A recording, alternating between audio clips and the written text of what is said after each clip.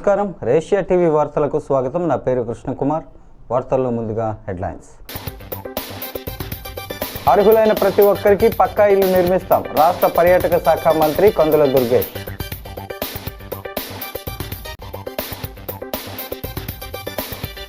అన్ని రంగాల్లోనూ కూటమి ప్రభుత్వం విఫలం, మండిపడిన మాజీ ఎంపీ జీవీ హర్షకుమార్.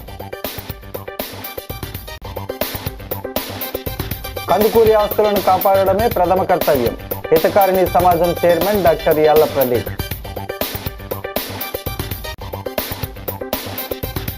పేద కుటుంబాల్లో వెలుగులు నింపుతున్నారు, సీఎంఆర్ఎఫ్ చెక్కుల పంపిణీలో గోరంట్ల.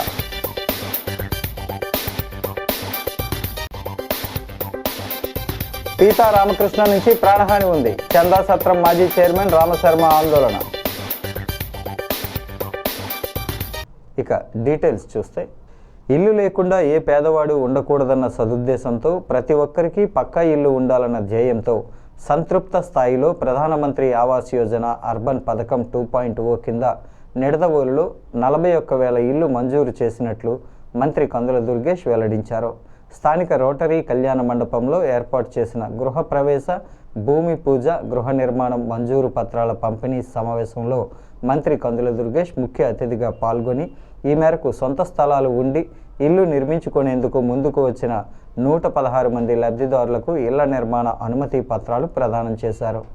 గత ప్రభుత్వం ఒక ఇంటి నిర్మాణానికి 1,80,000 మంజూరు చేస్తే అవి పేద ప్రజల ఇంటి నిర్మాణానికి సరిపోవని గుర్తించి కూటమి ప్రభుత్వం 74,000 రూపాయలు పెంచి 2,50,000 రూపాయలు ఇంటి నిర్మాణానికి సబ్సిడీ రూపంలో అందిస్తున్నట్లు తెలిపారు. కూటమి ప్రభుత్వ నిర్ణయంతో నిడదవోలు నియోజకవర్గంలో 626 మంది లబ్ధిదారులు ఇళ్ల నిర్మాణం పూర్తి చేసుకున్నారని వెల్లడించారు. కార్యక్రమంలో municipal commissioner Bhupathi Adinarayana, Kovvur RDO Rani Susmitha, housing corporation director Priya Soujanya, కూటమి నాయకులు పాల్గొన్నారు.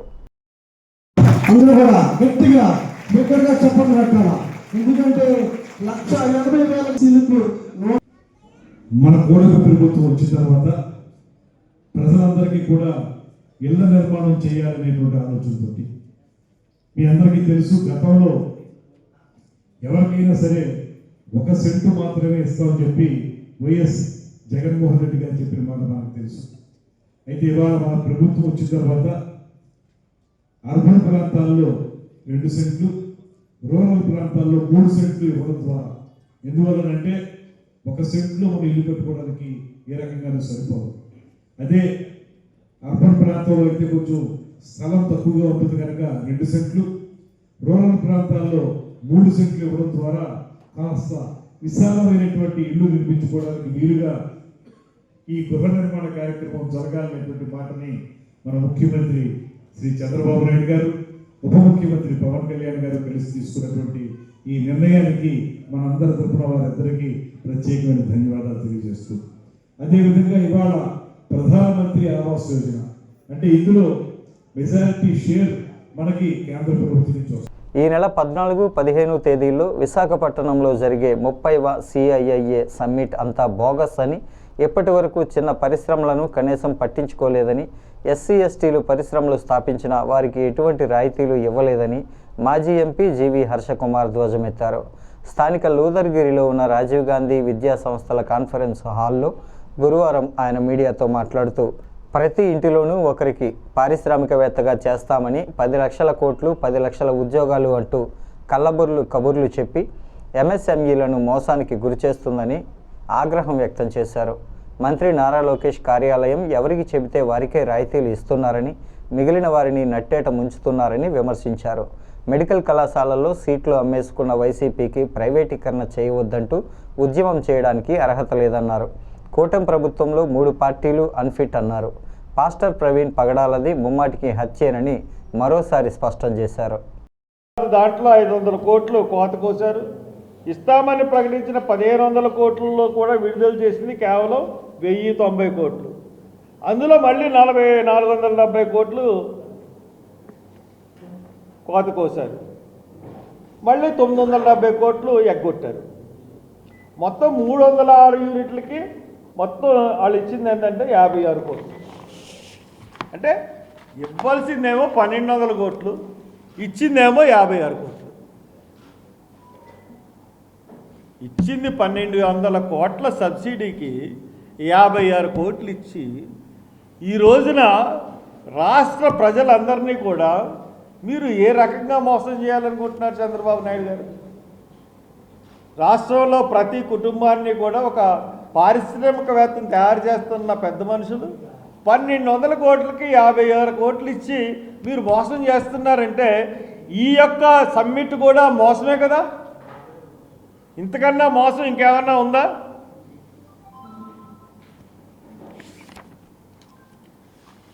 పెద్ద కంపెనీలకు వచ్చేటప్పటికి 694 కోట్లు, చిన్న కంపెనీలకు వచ్చేటప్పటికి 56 కోట్లు. ఇది ఎంత దారుణం అంటే ఈ ఎంఎస్ఎంఈ వాళ్ళందరూ కూడా ధర్నా చేశారు. ధర్నా చేసిన తర్వాత లోకేష్ ఆఫీసు తయారు చేసింది లిస్టు. ఎప్పుడైనా సరే ఎవరికన్నా సరే ఒక లిస్టు ప్రిపేర్ చేయాలంటే గవర్నమెంట్ దగ్గర నుంచి కొన్ని నియామకాలు ఉంటాయి, అంటే కొన్ని ప్రిన్సిపల్స్, కొన్ని సూత్రాలు ఉంటాయి. పలానా వీడు బ్యాంక్ రుణం సరిగ్గా కట్టాడు, వీడు బిలో పావర్టీ లెవెల్లో ఉన్నాడు, అయితే వీడు లారీలు కొనుక్కున్నాడు, బస్సులు కొనుక్కున్నాడు, వీడు నష్టాల్లో ఉన్నాడు, ఇలాగా ఒక రూల్స్ ఫ్రేమ్ చేస్తారు. రూల్స్ ఫ్రేమ్ చేసి దాని ప్రకారం ఇవ్వాలి. అబ్బే లోకేష్ ఆఫీసు ఎవడికి చెప్తే ఆడికి టిక్కు కొట్టడమే. ఆ టిక్కు కొట్టిన దాంట్లో 20% ఇవ్వడమే, అది కూడా పూర్తిగా ఇవ్వలే. అంటే ఎంత దారుణమైన, అంటే వీళ్ళ సొంత సొమ్ము ఖర్చు పంచిపెట్టినట్టుగా కోట్ల సొమ్ము ఓట్లను దృష్టిలో పెట్టుకుని పంచిపెట్టారు తప్పితే నిజమైన పరిశ్రమలకి నిజంగా రాయితీలు వచ్చింది ఏమన్నా ఉందంటే సార్. అటువంటి మీరు ఈ రోజున సబ్మిట్ చేస్తూ ఉన్నారు, పారిశ్రామికవేత్తలను సృష్టిస్తామంటున్నారు. ఇదేనా మీరు సూచించిన పారిశ్రామికవేత్తలు? ఇదేనా మీరు మీ యొక్క ట్రాన్స్పరెన్సీ? ఇది చాలా అన్యాయం. రాజమండ్రి దానవాయిపేటలో ఎస్కేఆర్ మహిళా కళాశాలకు అనుబంధంగా నడుస్తున్న విద్యార్థినుల హాస్టల్ను ఆర్డీఓ ఆర్జేడీ సమక్షంలో హితకారిణి సమాజం స్వాధీనం చేసుకుందని, వారి వద్ద నుంచి రికార్డులు స్వాధీనం చేసుకుని విచారణ చేస్తున్నామని యాళ్ల ప్రదీప్ తెలిపారు. ఎస్ఆర్ కళాశాల ఎంబీఏ విభాగం కాన్ఫరెన్స్ హాల్లో గురువారం హితకారిణి సమాజం చైర్మన్ డాక్టర్ యాళ్ల ప్రదీప్ సుకుమార్ మీడియాతో మాట్లాడుతూ 2022లో ఇచ్చిన జీవో ప్రకారం హితకారిణి సమాజం నిర్వహిస్తున్న విద్యా సంస్థల్లో ఉన్న 7లో 2 మాత్రమే విద్యాశాఖకు అప్పగించారని, మిగిలిన 5 తమ ఆధీనంలోనే ఉన్నాయన్నారు. ప్రభుత్వం హాస్టల్ను స్వాధీనం చేసుకుందని జీవో 28ని చూపుతూ ఇప్పటి వరకు ప్రిన్సిపాల్గా పనిచేస్తున్న రాఘవ కుమారి అక్రమాలకు పాల్పడి కందుకూరి ఆశయాలను భంగం కలిగేలా వ్యవహరించారన్నారు. జీవోపై ఎటువంటి ప్రొసీడింగ్స్ జరగకపోయినా గత పాలక మండలి పట్టించుకోలేదన్నారు. కందుకూరి ఆస్తుల పరిరక్షణే ధ్యేయంగా తాము పనిచేస్తామని బోర్డులో తీర్మానం చేసి హాస్టల్ను స్వాధీనం చేసుకుని తదుపరి చర్యలకు సిద్ధమవుతున్నామని వెల్లడించారు. Secretary correspondent J Vinod Kumar, trust board డైరెక్టర్లు పాల్గొన్నారు. ఒక్కసారి చూడండి సార్.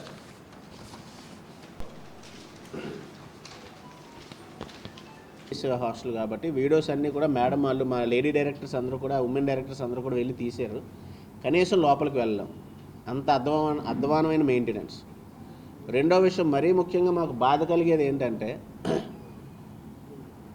ఎప్పుడూ కూడా పౌష్టికాహారం, ప్రోటీన్ ఫుడ్ వెళ్ళాలి. యాజ్ ఏ డాక్టర్గా నాకు తెలుసు, హాస్టల్లో పిల్లలకి ప్రోటీన్ ఫుడ్ పెట్టాలి. కానీ హితకారిణి యొక్క రూల్స్ బట్టి క్యాంపస్లోకి నాన్ వెజ్ అన్నదే రాకూడదు. అప్పుడు కూడా ప్రోటీన్ పెట్టాలి అంటే ఒక ఎక్స్క్యూజ్ తీసుకొచ్చి గుడ్లు పెట్టి ఆడవాళ్ళు వాళ్ళకి కొంచెం శారీరకమైన స్ట్రెంథనింగ్ ఉండాలని మనం ఎగ్స్ వరకు పర్మిట్ చేసాం. ఈ రోజు వరకు కూడా 40 సంవత్సరాలు ఎంతోమంది బోర్డ్ ఆఫ్ డైరెక్టర్స్ వచ్చారు, ఎంతోమంది చైర్మన్స్ చేశారు, ఇంత చరిత్ర ఉంది, ఎంతోమంది ఈవోలు వచ్చారు. కానీ ఈ రోజుకి కూడా ఏ కాలేజ్ క్యాంపస్లో కానీ హితకారిణికి సంబంధించిన ఎక్కడా కూడా నాన్ వెజ్ అన్నదే రానివ్వలేదు. గత 3 సంవత్సరాల నుంచి వెచ్చలవిడిగా ఎవరికి నచ్చినట్టు వాళ్ళు ఉమెన్స్ కాలేజ్లో ప్రిన్సిపాల్ ఆధీనంలో వాళ్ళు మెచ్యూర్ ఫంక్షన్లు చేసుకుంటున్నారు, నాన్ వెజ్ భోజనాలు పెడుతున్నారు, హాస్టల్లో నాన్ వెజ్ పెడుతున్నారు. అంటే హితకారిణి యొక్క విలువలన్నీ కూడా దిగజార్చే పనులే చేసుకుంటూ వచ్చారు. దాన్ని అడిగితే పిల్లలు అడిగారు, మేము పెడుతున్నాం. పిల్లలు అడుగుతారు, కన్విన్స్ చేసుకోవాలి. మనకున్న రూల్స్ బట్టి చెప్పాలి అంటే దానికి కూడా ఏమీ సమాధానం లేదు. జీవో నెంబర్ 28 వచ్చింది కదా, ఇది గవర్నమెంట్ ఆర్డర్. దీన్ని ఎగ్జిక్యూషన్ పార్ట్ ఇంకోటి ఉంటుంది. ఎగ్జిక్యూషన్ అంటే గ్రౌండ్ లెవెల్లో ఉన్న వాళ్ళు ప్రాపర్టీ స్కెచ్ చేయమన్నారు, కలెక్టర్ గారిని స్కెచ్ చేసి సబ్ డివిజన్ చేయమన్నారు. సబ్ డివిజన్ చేసి వాళ్ళ ప్రాపర్టీ వాళ్ళకి అప్పచెప్పమన్నారు. మిగతా అన్ని ఎండోమెంట్కి వస్తాయి. ఇది మాకు తెలుసు కాబట్టి మా కమిషనర్ గారు ఈ జీవోని ఎలా ఎగ్జిక్యూట్ చేయాలో డైరెక్షన్స్ ఇచ్చారు. మా ఒక్కళ్ళకే కాదండి, ఇది వాళ్ళకు కూడా అడ్రస్ చేశారు. వాళ్ళకి ఆర్జేడీ గారికి ఎడ్యుకేషన్ డిపార్ట్మెంట్ కూడా అడ్రస్ చేశారు. దీని ప్రకారమే వెళ్ళాలి. ప్రాపర్టీ ఎండోమెంట్ కాబట్టి కమిషనర్ గారికి పూర్తి అధికారాలు ఉంటాయి. ఆయన ఎలా చేయాలి, ఎగ్జిక్యూట్ చేయాలనేది ఇచ్చారు. దాని ప్రకారం ఎగ్జిక్యూట్ చేయకుండా మాదే అని చెప్పేసి ఆ స్టూడెంట్ యూనియన్స్ తోటి కొల్లీడ్ అయిపోయి ఆ స్టూడెంట్స్ అందరిని బయటికి తీసుకొచ్చి భయభ్రాంతులకు గురి చేసి అప్పుడున్నటువంటి రామ్మోహన్ రావు గారు అనే ఏసీ గారిని లిటరల్గా తీసుకొచ్చి కూర్చోబెట్టి అప్పుడున్న గవర్నమెంట్ లిటరల్గా సంతకం చేయించారు. అసలు ఎండోమెంట్ ప్రాపర్టీస్ గవర్నమెంట్ తీసుకోవడానికి లేదండి. ఆర్టికల్ 25 to 28 ఇండియన్ కాన్స్టిట్యూషన్ ప్రకారం ఎండోమెంట్ ప్రాపర్టీస్ గవర్నమెంట్ తీసుకోవడానికి అధికారమే లేదు. పేద మధ్యతరగతి కుటుంబాల్లో ముఖ్యమంత్రి సహాయ నిధి ఎంతగానో వెలుగులు నింపుతోందని రాజమహేంద్రవరం రూరల్ ఎమ్మెల్యే గోరంట్ల బుచ్చయ్య చౌదరి పేర్కొన్నారు. గోరంట్ల కార్యాలయంలో 14 మందికి 12,65,349 రూపాయల చెక్కును అందజేశారు. గోరంట్ల మాట్లాడుతూ కడియం రూరల్ మండలాల పరిధిలోని గ్రామాల నుంచి వచ్చిన దరఖాస్తులను తమ కార్యాలయం ద్వారా పరిశీలన చేసి పారదర్శకంగా లబ్ధిదారులను ఎంపిక చేసి వారికి ముఖ్యమంత్రి సహాయ నిధి ద్వారా ఆర్థిక సాయం మంజూరు చేయిస్తున్నామన్నారు. అనారోగ్యంతో ఉన్నవారికి శస్త్రచికిత్సలకు ఎల్ఓసీలు, చికిత్స చేయించుకున్న వారికి ఆర్థిక సహాయం వల్ల ఎన్నో కుటుంబాలకు లబ్ధి చేకూరుతుందన్నారు. సీఎం సహాయ నిధి ద్వారా ఉదారంగా అందిస్తున్న ముఖ్యమంత్రి చంద్రబాబు నాయుడికి కృతజ్ఞతలు తెలియజేశారు. రూరల్ టీడీపీ అధ్యక్షుడు మత్సేటి ప్రసాద్, రాష్ట్ర Kummari Shalivahana director Panduri Apparao, APIIC director Margani Satyanarayana, Kurukuri Kishore, Boppanna Nanaji, Pendyala Ramakrishna, Pithani Sivaramakrishna, Vattukuti Dattudu, Patamsetti Ramji, Dandamudi Teja, Tadepalli Nagaraju, దొడ్డి బాబీ, చలుమూరి సత్యనారాయణ, సింగవరపు సత్యనారాయణ, కొప్పిశెట్టి చిన్ని, గారపాటి నాగేశ్వరరావు తదితరులు ఈ కార్యక్రమంలో పాల్గొన్నారు.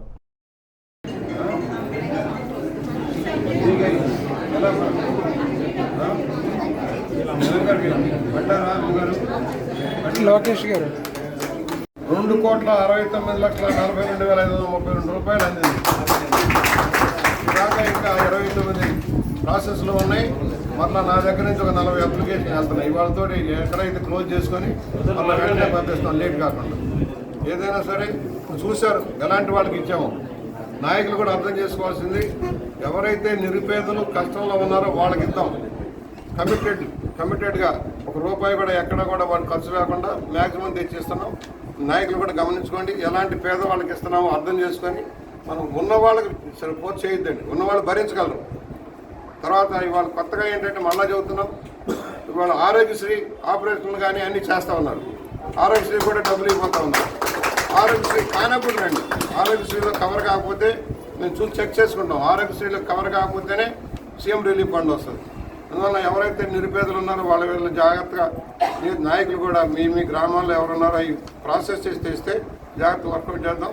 డేట్లు దాటి మాజీ ఎంపీ మార్గాన్ భరత్ వెంట నడుస్తూ పార్టీని బలోపేతం చేయడానికి ఎంతో కృషి చేశానని, అయినా తనను పట్టించుకోకుండా వేధింపులకు గురి చేస్తున్నారని చందా సత్రం మాజీ చైర్మన్ రామశర్మ ఆందోళన వ్యక్తం చేశారు. తనకు పీతా రామకృష్ణ నుంచి ప్రాణహాని ఉందని పేర్కొన్నారు. ది రాజమండ్రి ప్రెస్ క్లబ్లో గురువారం ఆయన మీడియాతో మాట్లాడుతూ భరత్ ముఖ్య అనుచరుడు పీతా రామకృష్ణకు తాను కొంత సొమ్ము ఇవ్వాల్సి ఉందని, ప్రస్తుతం తాను అప్పుల పాలై అజ్ఞాతవాసంలో ఉన్నానని, ఆయన తరచుగా తమ ఇంటికి వెళ్లి వృద్ధ తల్లిదండ్రులను బెదిరిస్తూ దుర్భాషలాడుతున్నారని తెలిపారు. తనకు ఫోన్ చేసి చంపేస్తానని బెదిరిస్తూ ఉండడంతో ప్రకాశం నగర్ పోలీస్ స్టేషన్లో ఫిర్యాదు కూడా చేశానని, తనకు ఏం జరిగినా భరత్దే బాధ్యత అని స్పష్టం చేశారు. భరత్ అండ లేకుండా అతడు అలా వ్యవహరించడని అన్నారు. తాను భరత్ వెంట తిరిగి అన్ని విధాలుగా నష్టపోయానని, చాలా డబ్బు ముట్టజెప్పినప్పటికీ ఆయన స్నేహధర్మం పాటించడం లేదన్నారు. కనీసం కార్యకర్తలను పట్టించుకోవడం లేదని, తాను పార్టీలో చేర్చిన నాయకులకు ఎక్కడా ప్రాముఖ్యత కూడా ఇవ్వలేదని విమర్శించారు.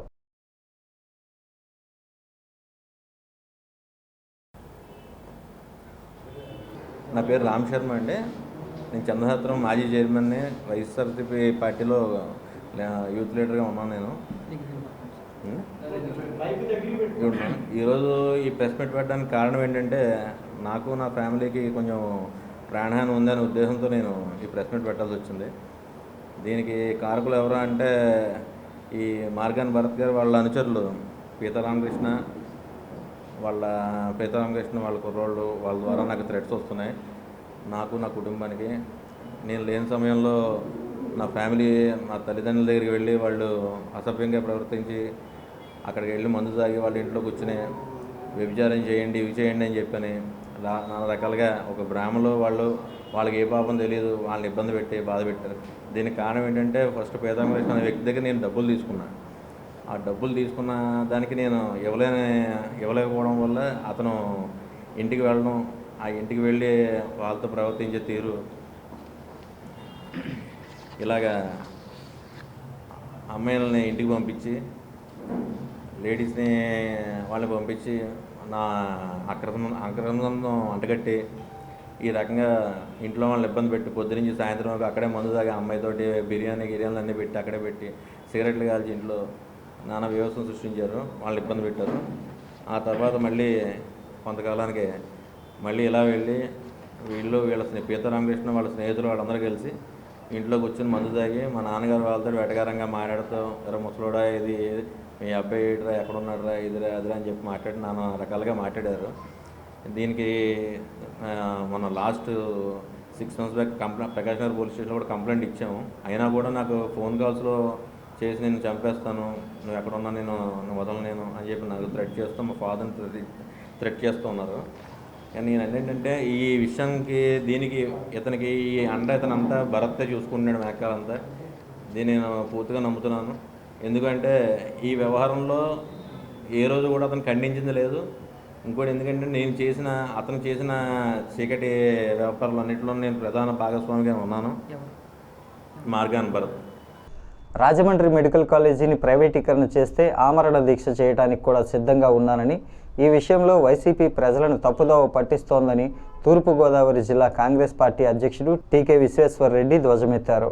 టీకే విశ్వేశ్వరరెడ్డి ఆధ్వర్యంలో ప్రభుత్వ ఆసుపత్రి సూపరింటెండెంట్గా బాధ్యతలు చేపట్టిన డాక్టర్ పివివి సత్యనారాయణను కలిసి కాంగ్రెస్ శ్రేణులు అభినందనలు తెలియజేశారు.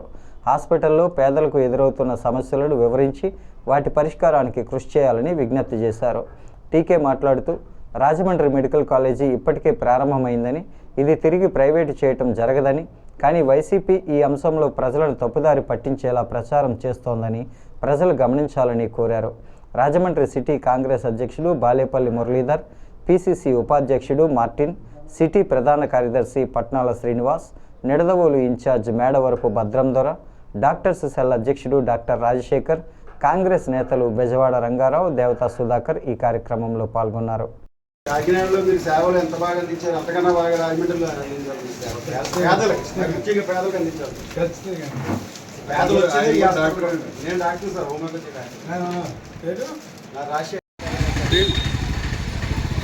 ఈరోజు మన స్థానిక రాజమండ్రి నగరానికి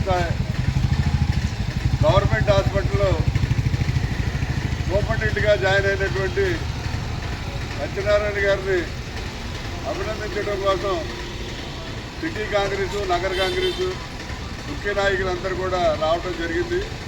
ఇది గతంలో కాకినాడలో పనిచేసి మంచి పేరు తెచ్చుకున్నారు. ఇక్కడ కూడా ఆయన సేవలు అందించి మరి రాజమండ్రి కానీ చుట్టుపక్కల ఉన్నటువంటి ప్రజలందరికీ కూడా ఆయన సేవలు అందిస్తారని ఆయన అభినందించడం కోసం ఈవేళ మేమందరం కూడా ఈ రాజమండ్రి గవర్నమెంట్ హాస్పిటల్కి రావడం జరిగింది. స్థానిక గౌతమి ఘాట్లో వేంచేసి ఉన్న శ్రీ ధర్మశాస్త్ర ఆధ్యాత్మిక కేంద్రం ఉత్తర శబరి అయ్యప్ప స్వామివారి ఆలయంలో ఆలయ వ్యవస్థాపకుడు మాజీ ఎమ్మెల్యే జక్కంపూడి రాజా మిత్రమండలి ఆధ్వర్యంలో పడి పూజా మహోత్సవం అంగరంగ వైభవంగా నిర్వహించారు. ఆలయ తంత్రి నందకృష్ణన్ నంబూద్రి పర్యవేక్షణలో అయ్యప్ప స్వామి పడి పూజను భక్తి శ్రద్ధలతో నిర్వహించారు. స్వామియే శరణమయ్యప్ప అంటూ స్వాములు చేసిన శరణఘోషతో అయ్యప్ప స్వామి ఆలయ పరిసర ప్రాంతాలు మారుమోగాయి. ఆలయాన్ని విద్యుత్ దీపాలు, పుష్పాలతో అందంగా అలంకరించడంతో ఆధ్యాత్మికత వెల్లివిరిసింది. ఆలయ వ్యవస్థాపకుడు మాజీ మంత్రి జక్కంపూడి రామ్మోహన్ రావు సతీమణి జక్కంపూడి విజయలక్ష్మి, తనయుడు మాజీ ఎమ్మెల్యే జక్కంపూడి రాజా, ట్రస్టీలు పొలసానపల్లి హనుమంతరావు తదితరులు పడి పూజను తిలకించి స్వామిని దర్శించుకున్నారు. గురుస్వాములు చలపతి గురుస్వామి, ఇసుకపల్లి సుబ్రహ్మణ్యం, షోలే స్వాములు పెద్ద ఎత్తున భక్తులు పాల్గొన్నారు. పిచ్చుక సత్యనారాయణ భజన బృందం భక్తి గీతాలు ఆలపించారు. అనంతరం స్వాములు అల్పాహారాన్ని అందజేశారు.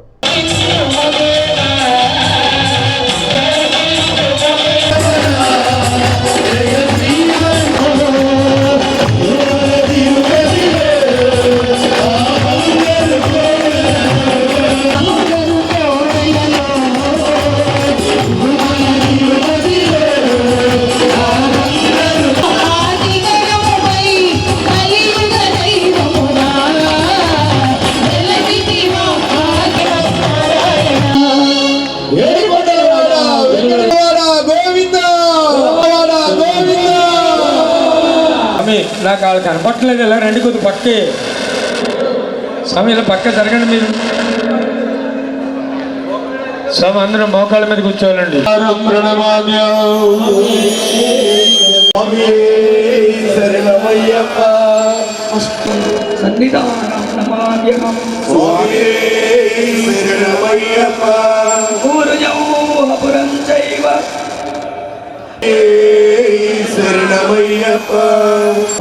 పూర్తిగా నమస్కారం చేయండి.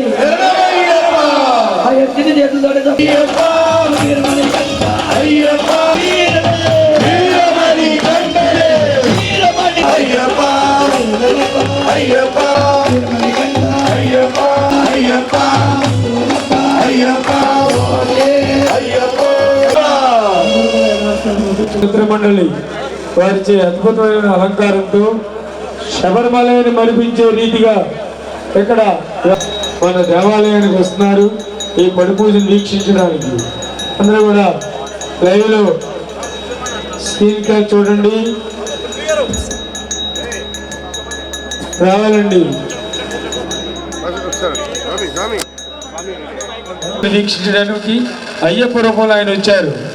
శాస్త్రాపులుగా నిర్మించిన అయ్యప్ప సమారాలు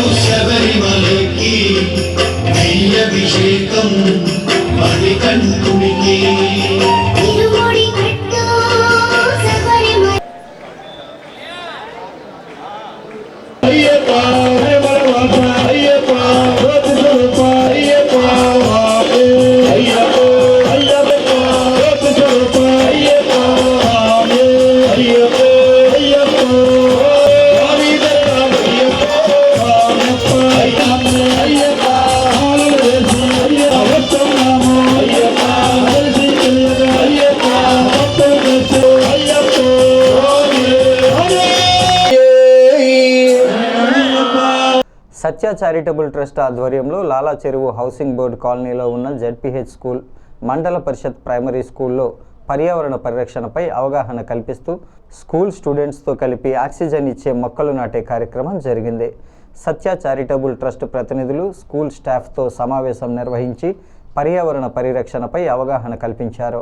సత్య చారిటబుల్ ట్రస్ట్ అధ్యక్షుడు తుమ్మా రవి మాట్లాడుతూ ప్రపంచ ప్రజలందరికీ ప్రాణాధారమైన ఆక్సిజన్ ఎక్కువగా పెరగాలంటే మొక్కలు పెంచడం అత్యవసరమని, భావి భారత పౌరులైన స్టూడెంట్స్ అందరూ కూడా మొక్కలను పెంచి సంరక్షించాలని సూచించారు. Trust icon Thamma Satyanarayana, school HM Ramesh, secretary ఉపాధ్యాయుల Sriramamurthy, working president Jasti Anantalakshmi, treasurer Jasti Nageswararao, assistant secretary Sastri, executive committee incharge Bharadwaja, సభ్యులు రఘువీర్, శ్రీనివాస్, భల్లారి, చిలుకూటి పోసయ్య, కోమటి వెంకట్రావు, తుల్లి పద్మావతీదేవి, మొకరాల శ్రీనివాస్ తదితరులు పాల్గొన్నారు.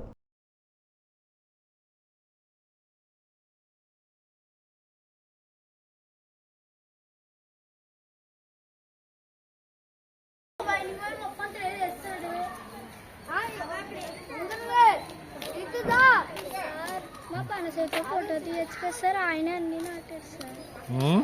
పనసయ్య సార్. వీడియో తీసాను కదా, ఎక్కడ కాదండి పనసయ్య మొక్కలు వేసాడంట. తీసాను తీయలేదు. ఏడి ఏడి రమ్మను.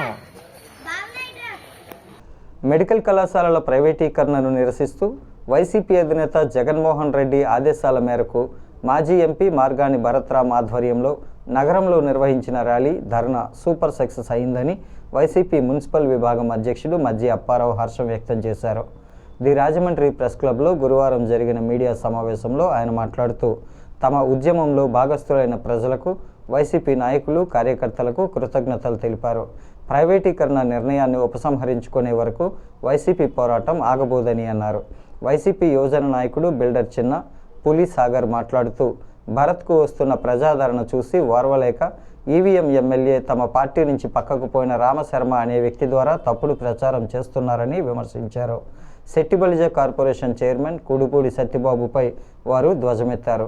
తప్పులన్నీ మీ వెనుక పెట్టుకుని తమ నాయకుడిని విమర్శించడం సరికాదని వ్యాఖ్యానించారు.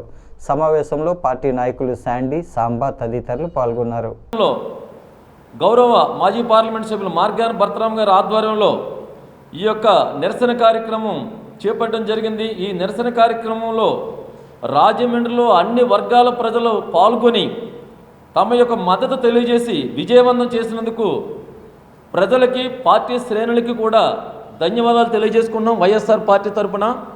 ఈయనేదో శర్మ గారు చెప్తున్నారు, పేపర్ మిల్లోనే 50 లక్షలు చొప్పున 3 ట్రిప్పులు ఇచ్చాను భర్త గారికి, అలాగే ఇసుక ర్యాంపులో ఇచ్చాను అయ్యా అన్నాడు. ఏంటి రామ్ శర్మ గారు, దయించి మీరు అప్పుడు స్కాములు చేసి ఎక్కడికో బయటికి పోతే ఒక చిన్ననాడు స్నేహితుడు, ప్రాణ స్నేహితుడు అని చెప్పి మిమ్మల్ని తీసుకొచ్చి మిమ్మల్ని మీకు అనేది ఒకటి అనేది పెట్టి మిమ్మల్ని తీసుకొచ్చినందుకే మీరు బురద చల్లుతున్నారే. మీరు అనకూడదు కానీ మీ వివి ఎమ్మెల్యే గారు ఆ ఎంగిల్ మెతుకుల గురించి ఆశపడి ఆయన ఇచ్చాడు మీకు 10-15 లక్షలు ఇచ్చి ఉంటాడు మీకు. అందు గురించి ఇప్పుడు ఎంపీ గారిని మార్గాన్ని భర్తనమ్మని బుర్ర చల్లుతున్నారు. మీరు నిజంగా నేను అన్నాను గురించి కాదు, మీరు లేదుగా నీతిగా నిజాయితీగా ఉన్నట్టయితే మీరు భర్తరామ గారు ఏం తప్పు చేశారన్నదో మీరు డైరెక్టర్ ఆధారాలు పెట్టి నిరూపించండి.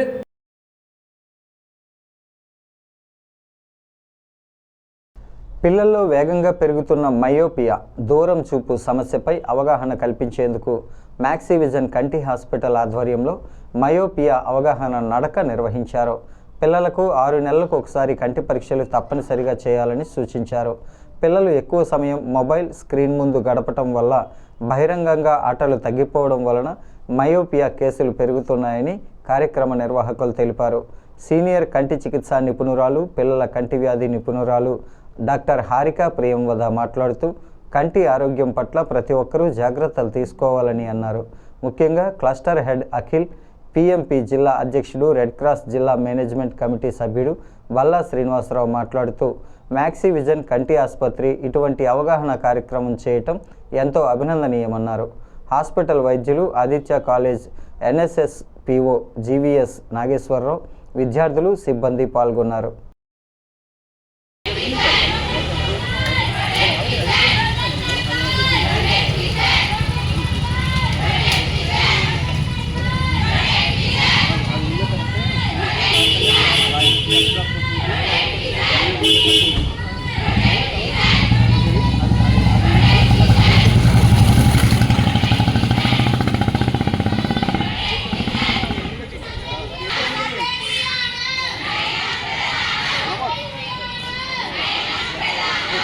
ఈ వార్తలు ఇంతటితో సమాప్తం.